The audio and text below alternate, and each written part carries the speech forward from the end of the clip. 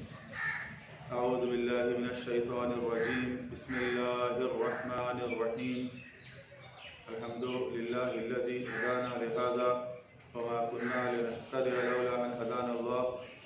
لقد جاءت رسل ربنا بالحق. ثم الصلاة والسلام والتحية والإكرام على سيد الأنبياء والمرسلين خاتم النبيين أبي القاسم محمد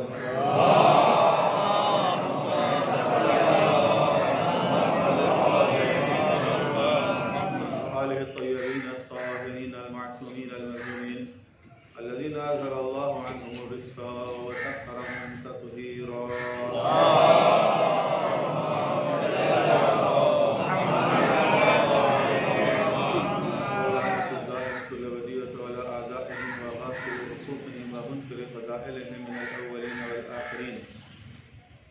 أما بعد فقد قال الله تبارك وتعالى في كتابه المبين. بسم الله الرحمن الرحيم.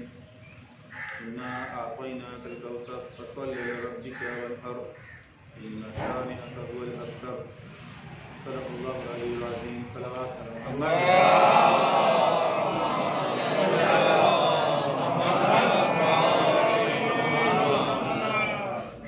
قرآن کریم کا مختصر ترین سورہ ہے سورۃ الکوثر، جو سب کو یاد ہے. اس میں جو لفظ کوثر ہے کہ ہم نے آپ کو کوثر عطا کیا، جس کے لفظی معنی ہے کثرت عطا. اس حوالے سے ایک تشریح تو یہ ہے کہ جنت میں ایک نہر ہے جس کا نام ہے نہر کوثر، کہ جب اہل جنت اہل بہشت قیامت کے دن جو مختلف مراحل ہوں گے بروز حشر، ان تمام مراحل سے جب وہ گزر جائیں گے، جب حساب و کتاب ہوگا، صراط، میزان، مرصاد، تمام مراحل سے گزرنے کے بعد جب یہ طے پا جائے گا کہ اب یہ وہ لوگ ہیں جو اہل بہشت ہیں، اہل جنت ہیں، تو ظاہر ہے اس سے پہلے کے سارے مراحل بہت تکلیف دہ ہوں گے، بہت سخت ہوں گے، بہت ٹینشن والے ہوں گے. بھوک، پیاس، شدت، پریشانی، انسرٹینٹی کہ پتہ نہیں کیا انجام ہو. ان تمام مراحل سے گزرنے کے بعد جب یہ فائنل ہو جائے گا کہ اب یہ اہل جنت ہیں، تو ان کو جنت میں جانے سے پہلے آب کوثر سے سیراب کیا جائے گا. اور جب وہ سیراب ہوں گے آب کوثر سے، تو پچھلی ساری پریشانیاں، ساری ٹینشن، دکھ درد سب بھول جائیں گے، اور اس کے بعد ان کو جنت کا لباس زیب تن کرایا جائے گا اور پھر ان کو جنت میں بھیجا جائے گا. تو وہ نہر کہ جس میں ان کو اہل بہشت کو سیراب کیا جائے گا، اس کو نہر کوثر کہتے ہیں. آب کوثر سے سیراب کیا جائے گا، اور اس نہر کوثر سے آب کوثر پلانے والے ساقی کوثر مولا کائنات علی ابن ابی طالب علیہ السلام.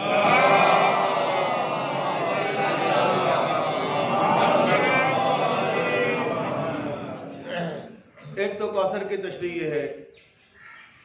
دوسری تشریح یہ ہے کہ چونکہ اس سورہ کوثر میں آگے جا کے کہا گیا اِنَّ شَانِئَكَ هُوَ الْأَبْتَرُ، کہ بے شک آپ کا جو دشمن ہے وہ ناپید نسل ہے، مفقود النسل ہے، اس کی نسل منقطع ہونے والی، چلنے والی نہیں ہے.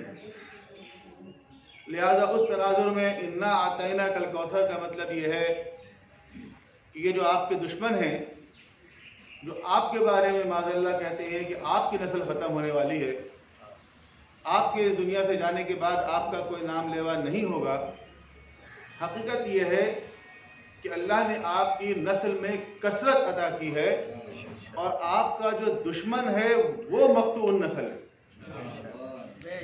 آپ کی نسل میں اللہ نے کثرت رکھی. یہ کثرت آپ کو نظر آئے گی. آج 1500 سال بعد بھی دنیا میں ہر جگہ سادات کرام جو نظر آتے ہیں آپ کو، نہ صرف عرب میں بلکہ عجم میں، ایران میں، افغانستان میں، ہندوستان میں، پاکستان میں، اور اب یہاں سے مزید امریکہ، Europe, Canada, Australia, New Zealand, جہاں پہ بھی آپ جائیں گے لوگ فخر کے ساتھ کہتے ہیں کہ ہم سادات ہیں، ہم سید ہیں، ہم آل رسول ہیں. کہیں آپ کو کوئی ایسا شخص ملا جو یہ کہتا ہو میں ابو جہل کی نسل سے ہوں، میں ابو لہب کی نسل سے ہوں، میں ابو سفیان کی اولاد ہوں؟ ایسا کوئی نظر آیا آج تک؟ کیا پتہ ہو ان کی بھی کوئی نسل، اگر کوئی نسل ان کی باقی کہیں بچی بھی ہے تو وہ اس قدر شرمندہ ہے کہ اپنی شناخت ظاہر نہیں کرتی۔ اگر خدا نہ خواستہ کہیں ہے بھی ہے، میں اس لیے کہہ رہا ہوں کہ ممکن ہے کہیں پر ہو، اور وہ جو روایت ہے کہ امام زمانہ اجل اللہ فرجہ شریف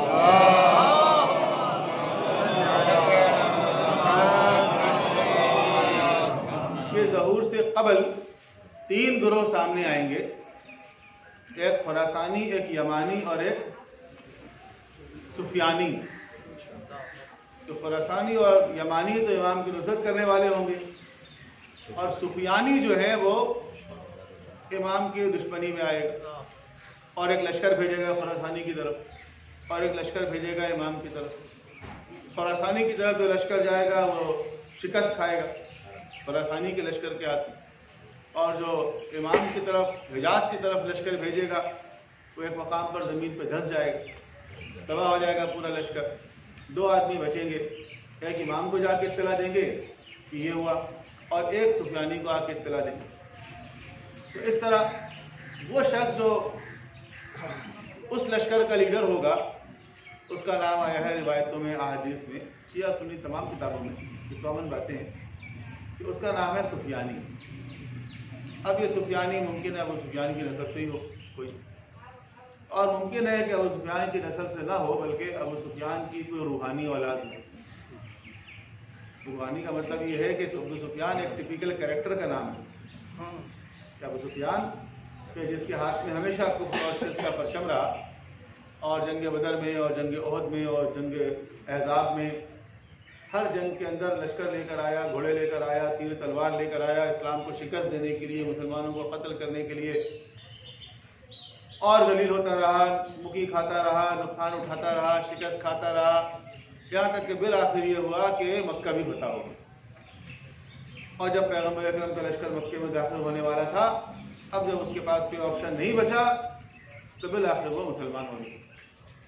جان بچانے کے لیے بقول امیر المومنین کے استسلام کیا، اس نے اسلام قبول نہیں کیا، استسلام کیا، یعنی اسلام ظاہر کیا، ایسا ظاہر کیا جیسے کہ میں مسلمان ہو گیا ہوں، اور وہ بھی پیکج کے اوپر، اس کو بھی پیکج دیا گیا تھا کہ جو اللہ کے رسول نے اعلان کیا تھا نا کہ ابو سفیان کے گھر میں جو پناہ لے لے گا اس کو کچھ نہیں کہا جائے گا، it was a sort of package for you. تو حالانکہ اللہ کے رسول نے تو یہ کہا تھا جو اپنے گھر سے نکلے گا نہیں نکلے گا اس کو کچھ نہیں کہا جائے گا۔ اس طرح تو جتنے بھی گھر تھے سب جائے امان تھے، لیکن چونکہ ابو سفیان کا نام لے لیا گیا، بائی نیم مینشن کیا گیا، تو اس طرح وہ ایک طرح کا پیکج تھا جو پیکج لے لے کے مسلمان ہوئے، جن کو اللہ کے رسول نے بعد میں معاف کر دیا، کہا لا تثریب علیکم اليوم، آج تم سے کوئی بدلہ نہیں لیا جائے گا، اور آگے فرمایا کہ انتم الطلقاء، تم سب طلقاء ہو۔ طلقاء طلیق کی جمع ہے، طلیق یعنی آزاد کیے ہوئے، جیسے طلاق دے دیا جاتا ہے، تو تم سب طلقاء ہو۔ اور یہ لوگ طلیق کے نام سے مشہور تھے معاشرے میں، ان کی اولادیں بھی طلیق ابن طلیق، بعض تو باپ بیٹا دونوں تھے، تو دونوں ہی شامل تھے طلیق۔ تو طلیق ابن طلیق، جناب زینب نے اپنے خطبے میں بھی کہا ہے طلیق ابن طلیق۔ تو یہ وہ لوگ تھے جو طلقاء تھے، جن کو اللہ کے رسول نے معاف کر دیا، چھوڑ دیا، لیکن انہوں نے اللہ کے رسول کی نسل سے انتقام کیا۔ جن کو پیغمبر نے معاف کر دیا انہوں نے پیغمبر کی نسل سے انتقام کیا۔ اور ہمیں کربلا کے بعد بھی نظر آتا ہے کہ یزید کہہ رہا ہے کہ کاش آج میرے بدر والے آبا و اجداد زندہ ہوتے تو میری تعریف کرو۔ بدر والے وہ جو کفر اور شرک میں مر گئے، جہنم واصل ہو گئے، ان کو یہ 60 سال بعد یاد کر رہا ہے، 60 سال کے بعد اپنے بدر والے آبا و اجداد کو یاد کر رہا ہے۔ تو آپ سمجھے کہ بدر کا زخم کتنا گہرا تھا، بدر کی تکلیف کتنی شدید تھی، اور بدر میں سب سے زیادہ قتل کس نے کیا کفار و مشرکین کو؟ یا حضرت حمزہ نے یا حضرت علی نے۔ تو حضرت حمزہ سے تو انتقام لے لیا انہوں نے جنگ احد میں، حضرت حمزہ کو تو جنگ احد میں شہید کر دیا گیا، لیکن حضرت علی کہ جن کے اوپر متعدد مرتبہ کوشش کی گئی، بارہا کوشش کی گئی لیکن ظاہر ہے میدان جنگ میں کوئی علی کو شکست نہیں دے سکا. تو وہ جو علی کا انتقام، وہ جو بدر کا انتقام، وہ جو کفار و مشرکین مارے گئے، ان کا انتقام پیغمبر کی آل سے، ان کی ذریت سے لیا گیا. تو یہ کربلا کی جنگ جو ہے یہ دو شہزادوں کی جنگ نہیں تھی، یہ اسلام اور کفر کی وہی والی جنگ کہ جو بدر میں لڑی گئی وہ بعد میں بھی لڑی گئی. تو یہ سلسلہ ہے کہ اللہ نے اپنے حبیب سے وعدہ کیا کہ ہم نے تو آپ کو کثرت عطا کی ہے. یہ سمجھ رہے ہیں کہ آپ کے بعد آپ کا دین ختم ہو جائے گا کیونکہ آپ کی اولاد نرینہ نہیں ہے. اللہ نے آپ کو جو بیٹے دیے واپس لے لیے. حضرت ابراہیم کا انتقال ہو گیا، حضرت قاسم کا انتقال ہو گیا، بچپن میں انتقال ہو گیا. تو یہ سمجھ رہے تھے کہ نسلیں صرف بیٹوں سے چلتی. پیغمبر نے فرمایا کہ ہر نبی کی نسل اس کے بیٹے سے چلی اور میری نسل جو ہے وہ علی سے چلے گی. تو علی و فاطمہ کی اولاد جو ہے وہ پیغمبر کی اولاد.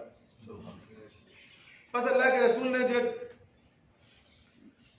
معاشرہ قائم کرنے کی کوشش کی جس کی ہر سطح پر مزاحمت ہوئی.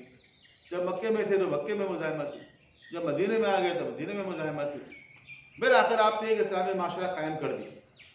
اب یہ اسلامی معاشرہ قائم کیے ہوئے 10 سال ہوئے کہ اللہ کے رسول اس دنیا سے رخصت ہوئے.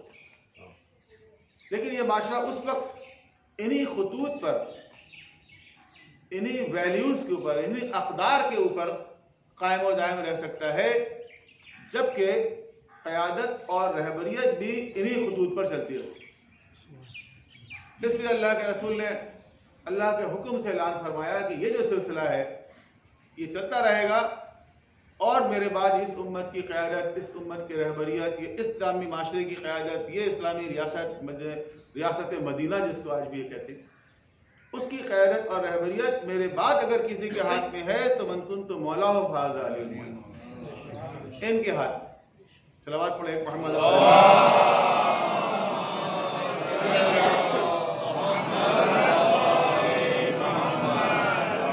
اب اللہ کے رسول ان ہستیوں کے فضائل بیان کر رہے ہیں اور فضائل بھی اپنی طرف سے بیان نہیں کر رہے اور فضائل بھی کوئی دوستی میں، محبت میں، رشتہ داری میں بیان نہیں کر رہے بلکہ ان کا وہ کارنامہ ہے جن کو بیان کیا جا رہا ہے.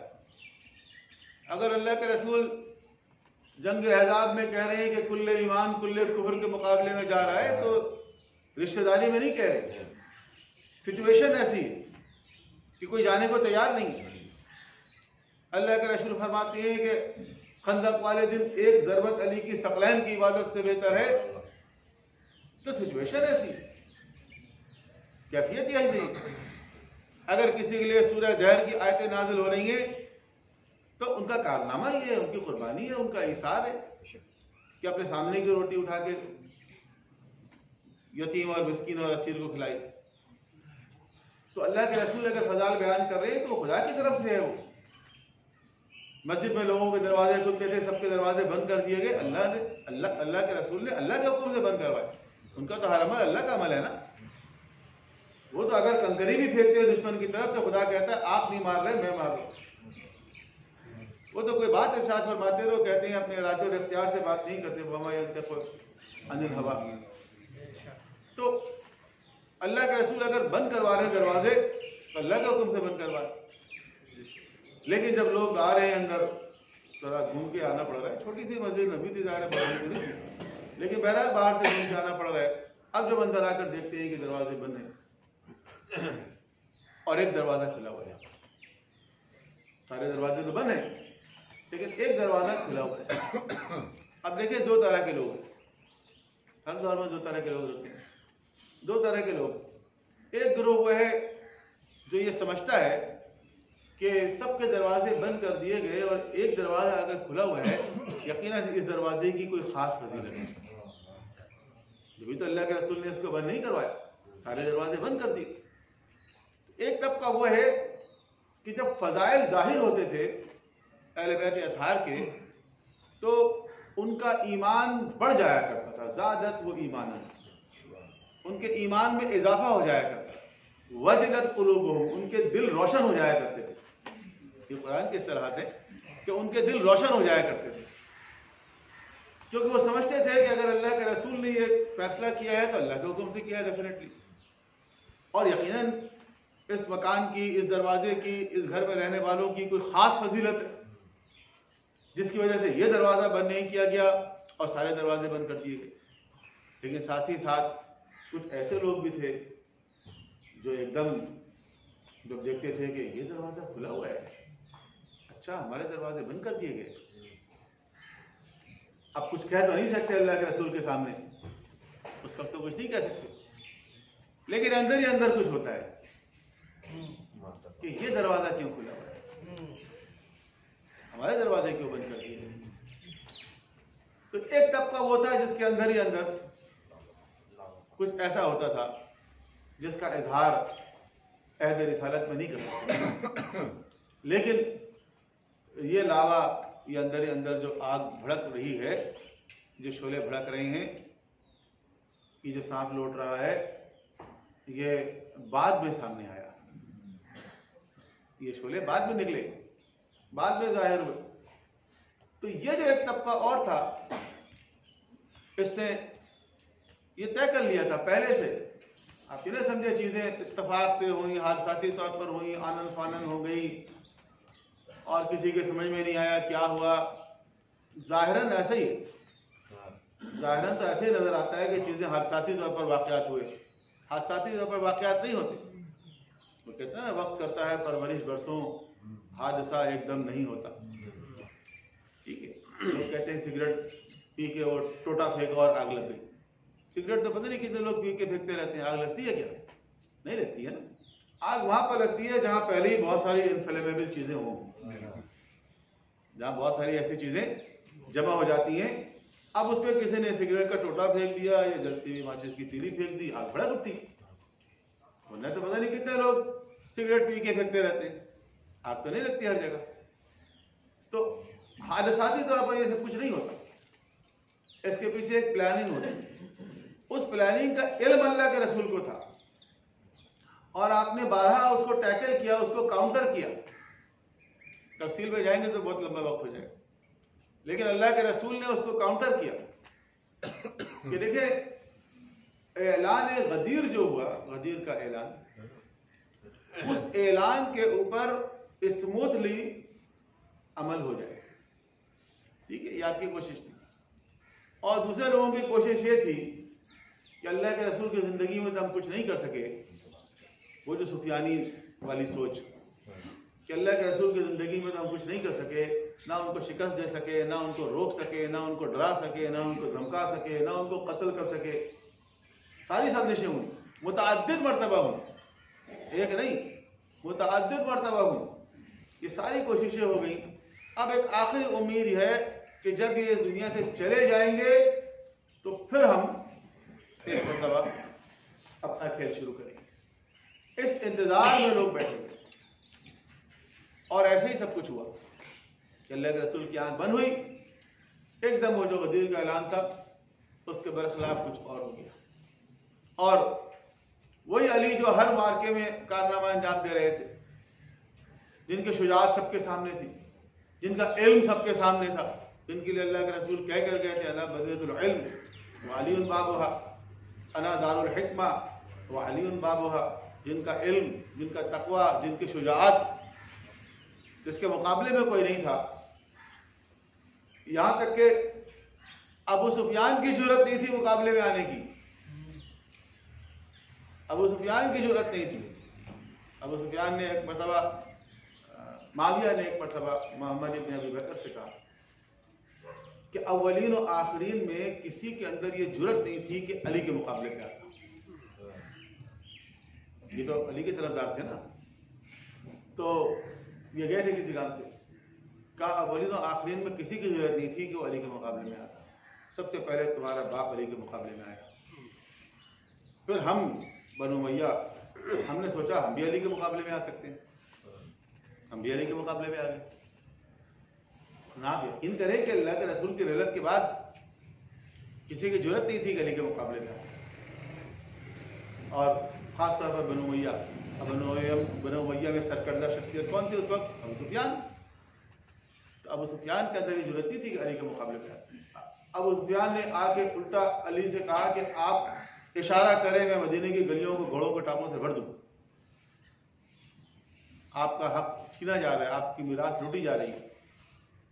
آپ نے کہا نہیں چاہیے تمہاری مدد. تو کب سے اسلام کا ہمدرد ہو گیا؟ تو علی علیہ السلام نے انکار کر دیا. لیکن مولا علی نے صبر کیا. اس کے نہج البلاغہ میں خطبہ شقیہ میں آپ نے اس طرف اشارہ کیا ہے کہ میری آنکھ میں کانٹا اور حلق میں ہڈی تھی، اور میں اپنی میراث کو لٹتے ہوئے دیکھ رہا. میں نے سوچا کہ میں اپنے کٹے ہوئے ہاتھوں سے مقابلہ کروں. کیا مطلب ہے کٹے ہوئے ہاتھوں؟ کہ وہ جو علی کے سپورٹرز تھے وہ کٹے گئے، ایک ایک کر کے ادھر ادھر ہو گئے. انسان کے دست بازو ہوتے ہیں نا، وہ جو ان کے ساتھی ہوتے ہیں جن کو کبھی علی یاد کرتے ہیں.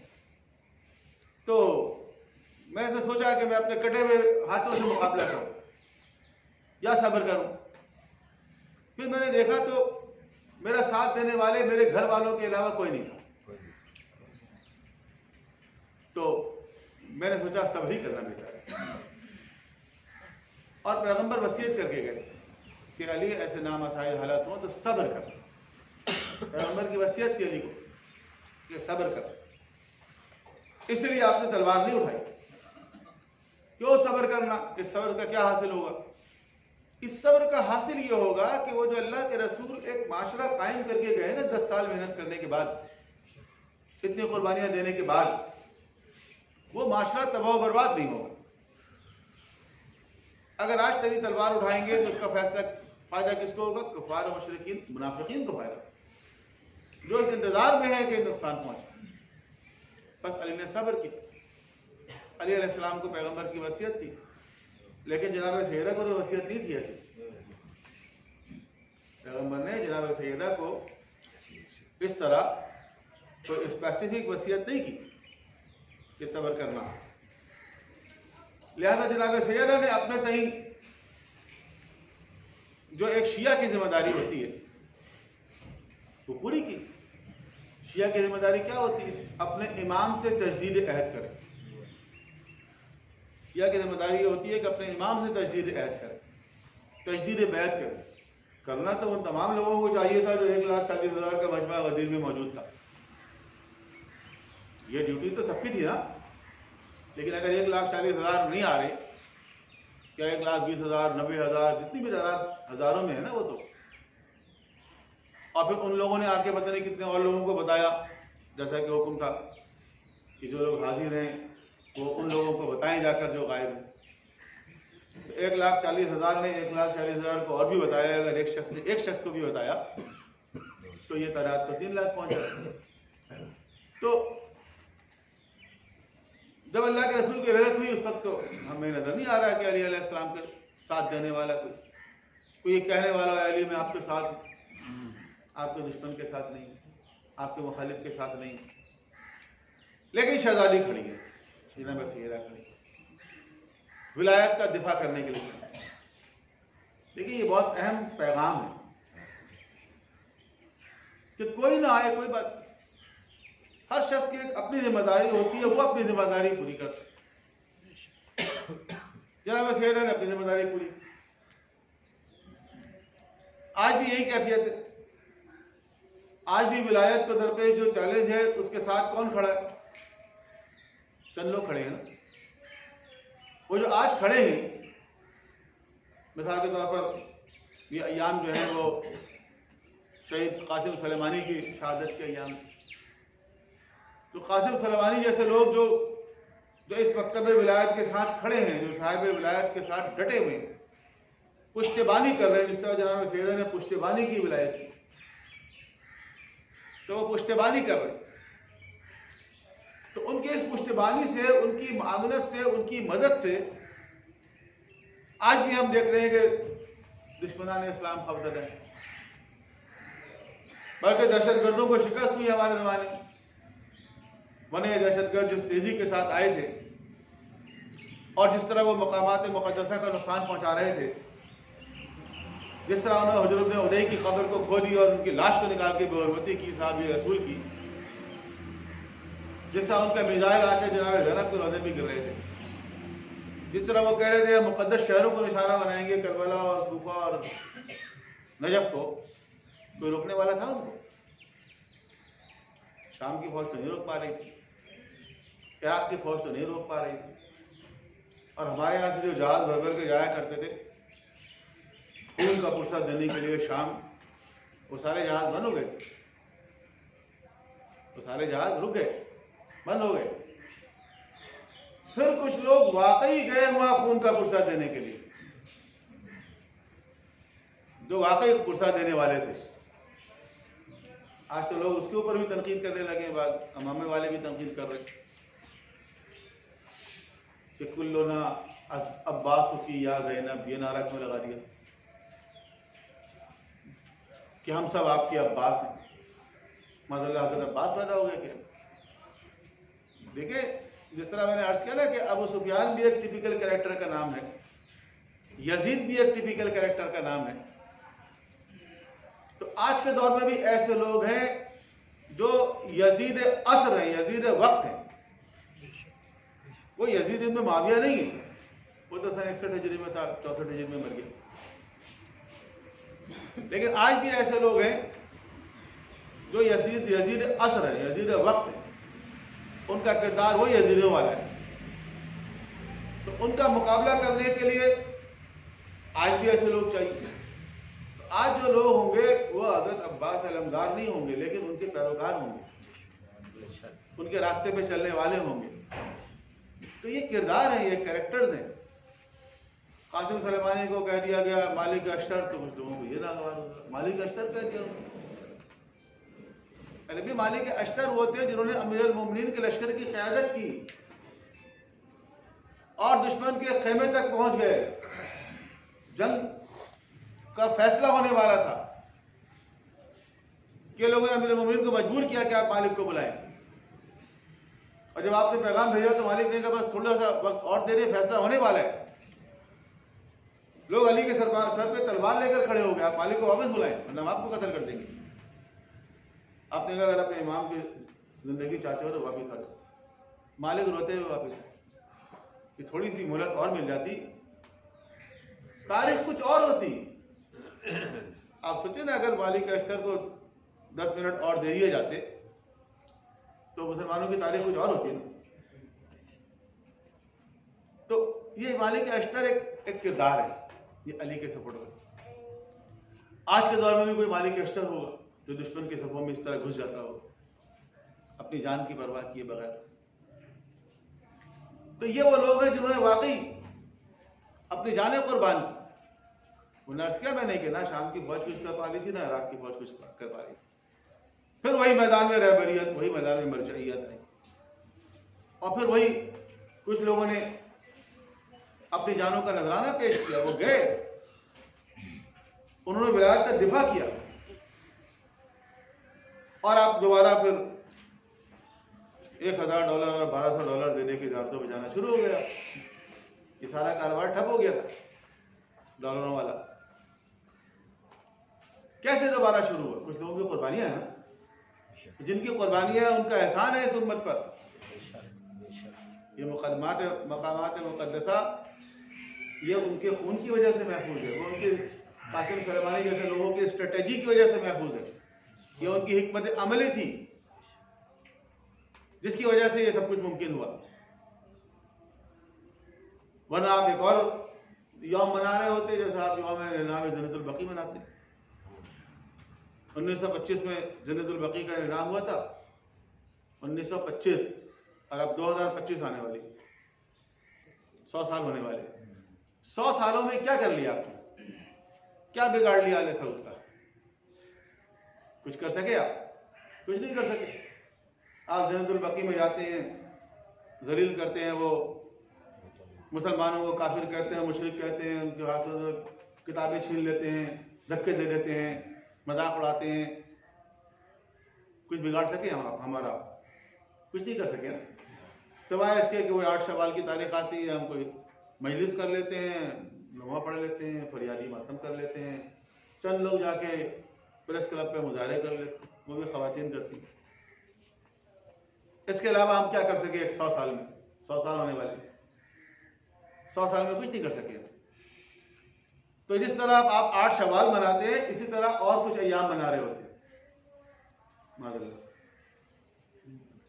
اگر قاسم سلیمانی نہ ہوتے، اگر یہ جو جان قربان کرنے والے جوان ہیں، جس میں کچھ عراق کے ہیں، کچھ شام کے ہیں، کچھ حزب اللہ کے ہیں، کچھ افغانستان کے ہیں، کچھ پاکستان کے ہیں، کچھ ایران کے ہیں، اگر یہ نہ ہوتے، اگر یہ اپنی جانیں قربان نہ کرتے تو دو چار ایام اور بنا رہے ہوتے آپ، اس کے علاوہ کیا کرتے آپ بتائیں؟ تو کچھ لوگوں کو آگے بڑھنا ہوتا ہے اور اس کو اس مکتب ولایت کا پشتبان بننا پڑتا ہے، ان کا بڑا مقام ہے۔ جناب سیدہ کا جرم بھی یہی تھا، ان کا قصور بھی یہی تھا، اور کوئی قصور نہیں تھا۔ اور کسی کو کیا تکلیف تھی؟ اگر ایک بیٹی اپنے باپ کو یاد کر کے روتی ہے، کسی کو کیا تکلیف ہے؟ نہیں، تکلیف یہ نہیں، تکلیف یہ ہے کہ وہ لوگوں سے جا کے پوچھ رہی ہیں، بتاؤ تم نے ابو الحسن کا ساتھ کیوں نہیں دیا؟ تم نے کیوں نہیں ساتھ دیا؟ اور لوگوں کے پاس جواب نہیں، کیا جواب ہے؟ یہ تکلیف یہ ہے کہ جب وہ روتی ہیں تو گھر میں کچھ اور خواتین بھی جمع ہو جاتی ہیں، خاص طور پر انصار کی خواتین۔ انصار ذرا اہل بیت کے معاملے میں زیادہ نرم دل تھے، ان کی خواتین آ کے جمع ہو جایا کرتی، اور پھر اجتماعی طور پر گریا ہوتا تھا۔ بعض اوقات جب گریا ہوتا تھا لوگ پوچھیں گے تو صحیح نا کہ کیوں رو رہی، کس بات پہ آنسو بہا رہے، کس چیز کا صدمہ ہے، کہ لوگ پوچھیں گے تو صحیح نا۔ بس یہ سوال جو لوگوں کے ذہنوں میں پیدا ہونے والا تھا، اس سوال کی وجہ سے تکلیف۔ وہ کہتے ہیں ایک گاؤں میں کوئی بدماش وڈیرا تھا، اس نے ایک نوجوان کو قتل کروا دیا، اس کی مخالفت ہو گئی کوئی، اس نے جوان کو قتل کروا دیا۔ یہ بہت کامن ہے، ہوتا رہتا ہے اس طرح کے واقعات ہوتا ہے۔ اس نے اس نوجوان کو قتل کروا دیا۔ اس کی ایک بوڑھی ماں تھی، وہ اپنے دروازے پہ بیٹھ کر رویا کرتی تھی اپنے بیٹے کو۔ اس کے رونے پر وڈیرے کو بہت تکلیف تھی، اور وہ اکثر اس کو دھمکی دیا کرتا تھا، معامل بھیجا کرتا تھا کہ اس کو منع کرو، کیوں بیٹھ کے باہر ہوتی۔ تو اس وڈیرے کے اپنے بچوں نے ایک دن پوچھا کہ ابا جان، اس عورت کے اپنے گھر کے باہر بیٹھ کے اپنے بیٹے کو رونے سے آپ کو کیا تکلیف ہے؟ آپ کیوں منع کرتے ہیں؟ آپ کیوں کہتے ہیں وہ نہ بیٹھا کرے؟ وہ رو رہی ہے اپنے گھر کے دروازے پر بیٹھ کے اپنے بیٹے کو۔ تو وڈیرے نے کہا کہ بیٹا دیکھو، جب وہ روتی ہے نا تو لوگ ہم سے پوچھتے ہیں کہ اس عورت کے جوان بیٹے کو کس ظالم نے مارا، تو ہمارے پاس اس کا جواب نہیں ہوتا۔ جو پوچھتے ہیں نا کہ کس نے اس کے اوپر ظلم کیا، تو ہمارے پاس اس کا کوئی جواب نہیں ہوتا۔ تو بہتر یہ کہ یہ نہ رویا کرے۔ تو دیکھیں ہم لوگ بھی جو امام حسین علیہ السلام کو روتے ہیں، کچھ لوگوں کو تکلیف ہوتی ہے ہماری عزاداری سے۔ انہیں کیا تکلیف کی بات ہے؟ ہم امام حسین علیہ السلام کی مصائب میں رو رہے ہیں، مصائب بیان کر رہے ہیں، واقعات بیان کر رہے ہیں، اپنے سینے پہ ہاتھ مار رہے ہیں، کسی کو کیا تکلیف ہے؟ تو نہیں، اس سے کچھ نہ کچھ تکلیف ہے۔ تو جس طرح امام حسین علیہ السلام کے مصائب میں تکلیف ہے، تو جناب سیدہ کے مصائب کو بیان کرنے سے تو اور تکلیف ہوگی، اس سے تو اور بہت سارے حقائق آشکار ہوتے ہیں۔ لیکن ایک عالم دین کہتے ہیں کہ امام زمانہ کے ظہور سے اس کا بھی ایک گہرا تعلق ہے، جناب سیدہ کے مصائب، کیونکہ آج سے اگر آپ 40 سال 50 سال 30 سال پہلے دیکھیں تو یہ مجلسیں اتنی نہیں ہوتی تھی، کم ہوتی تھی وہ۔ لیکن اب دیکھیں آپ کتنا اضافہ ہوا اس کے اندر گزشتہ چند سالوں میں، کثرت کے ساتھ مجلسیں ہو رہی ہیں، کہ جو کثرت کے ساتھ عزاداری ہو رہی ہے جناب سیدہ کے حوالے سے، یہ اصطلاح ہمارے یہاں تھی نہیں ایام فاطمیہ کی، یہ تو ایران کے بعض علماء نے یہ اصطلاح استعمال کی اور اب ہمارے یہاں بھی استعمال ہو رہی ہے۔ تو یہ کثرت کے ساتھ مجلسیں ہو رہی ہیں، اس سے کیا فائدہ ہو رہا ہے؟ اس سے فائدہ یہ ہو رہا ہے کہ اہل بیت اطہار کی مظلومیت آشکارا ہے۔ دیکھیں وہ جو احتیاط کا تقاضا ہے کہ ہم ایسی بات نہ کریں کہ جس سے کسی مسلمان کی دل آزاری ہو، وہ اپنی جگہ اور ہمیں اس کی رعایت کرنی چاہیے۔ اگر ہم جناب سیدہ کے مصائب بیان کر رہے ہیں تو اس طرح نہ بیان کریں کہ مسلمانوں کی دل آزاری، ظاہر ہے کہ یہ مناسب نہیں ہے۔ اس کا مطلب یہ نہیں ہے کہ جناب سیدہ کے قاتلوں سے ہم نے کوئی مفاہمت کر لی، یا ان کے قاتلوں پہ لعنت نہیں بھیجی، یا ان کے قاتلوں کا اشکار نہیں کرنا ہے، لیکن احتیاط کے ساتھ اسی طرح کرنا ہے جس طرح مولا علی نے کیا، اس طرح انہوں نے صبر کیا، اظہار بھی کیا لیکن صبر کیا۔ اظہار بہت بعد میں جا کر کیا، خطبہ شفقیہ آپ کے زمانے خلافت میں وہ بھی ایک شخص نے آپ سے اس طرح سوال کیا کہ آپ نے وہ خطبہ ارشاد فرمایا، اور بہت ساری باتیں اس خطبے کے اندر کر دی، اور پھر بیچ میں کسی نے انٹرپٹ کر دی، جو انٹرپٹ کر دیا تو پھر آپ رک گئے، اور پھر اس کے بعد تھوڑی دیر کے بعد کسی نے کہا کہ آپ اس کو کنٹینیو کریں جو آپ بات کر رہے تھے، آپ نے کہا نہیں، یہ تو ایک شقشقیہ تھا جو بس میری زبان سے نکل گیا، اور اس کے بعد آپ نے کنٹینیو نہیں کیا اس کو احتیاط کے ساتھ۔ دیکھیں میں نے کہا تھا کہ امیر المومنین سے پیغمبر نے کہا تھا صبر کرنا ہے نا، جناب سیرہ سے براہ راست نہیں کہا تھا صبر کرنا، لیکن ایک ایسا مرحلہ آیا جب شہزادی کی زبان سے یہ بات نکلی کہ میں تمہارے لیے بد دعا کروں گی، تو جب شہزادی نے کہا بد دعا کروں گی ان لوگوں کے لیے، تو مولا علی نے کہا کہ بی بی آپ صبر کریں، کیونکہ اگر آپ نے بد دعا کر دی، اگر آپ نے بد دعا کی تو اس امت پر قوم عاد اور قوم سمود والا عذاب آ جائے گا۔ اگر آپ نے بد دعا کی تو قوم عاد اور قوم سمود والا عذاب آئے۔ قوم عاد قوم سمود کا عذاب کیا تھا؟ نیست و نابود ہو گئی، وہ پتھروں کی بارش ہو گئی، اس میں پانیاں چل گئی، گویا یہ امت تباہ ہو جائے گی، برباد ہو جائے گی، ختم ہو جائے گی، اور جب امت ہی باقی نہیں رہے گی تو آپ کے بابا کا دین بھی نہیں رہے گا، یہ اذانیں بھی نہیں ہوں گی، یہ نمازیں بھی نہیں ہوں گی، تو آپ صبر کریں۔ تو شہزادی نے صبر کیا، بد دعا نہیں کی، آپ نے صبر کیا۔ کیوں؟ اس لیے کہ امام وہ ہیں، جس طرح نبی ہوتے ہیں اسی طرح امام ہیں، ان کو اپنی امت سے سب سے زیادہ محبت ہوتی ہے، تمام تر خرابیوں کے باوجود وہ نہیں چاہتے کہ امت تباہ ہو، کیونکہ امت ہے تو یہ سلسلہ ہے، امت ہے تو یہ دین ہے، خرابیاں آ گئی، خرابیوں کی اصلاح ہو سکتی ہے کبھی نہ کبھی۔ تو یہ مسائل جو ہیں وہ جناب سیدہ کے مسائل، یہ وہ ہیں جو اہل بیت اطہار کی مظلومیت کو آشکار کرنے والے ہیں، اور اس سے جو ایک اویئرنیس پیدا ہوتی ہے، ایک شعور، ایک آگہی پیدا ہوتی ہے، وہ آگہی اصل میں امام زمانہ کی نصرت میں کام آئی، تو اس کو بھی بہت احتیاط سے بیان کرنے کی ضرورت ہے، لوگوں کو دور کرنے کے بجائے قریب کرنے کی ضرورت ہے۔ بس چند جملے مسائل کی بیان کر کے تمام کروں میں آپ کو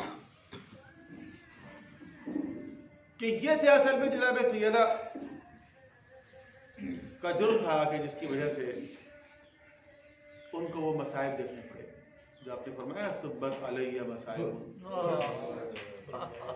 سبت علیہ یعنی میرے اوپر وہ مصیبتیں پڑی، لو انہا سبت علی الایام سرن الیام، اگر وہ مصیبتیں روز روشن پر پڑتی تو شب تاریخ میں تبدیل ہو جائے۔ شہزادی وہ مصیبت کیا ہے؟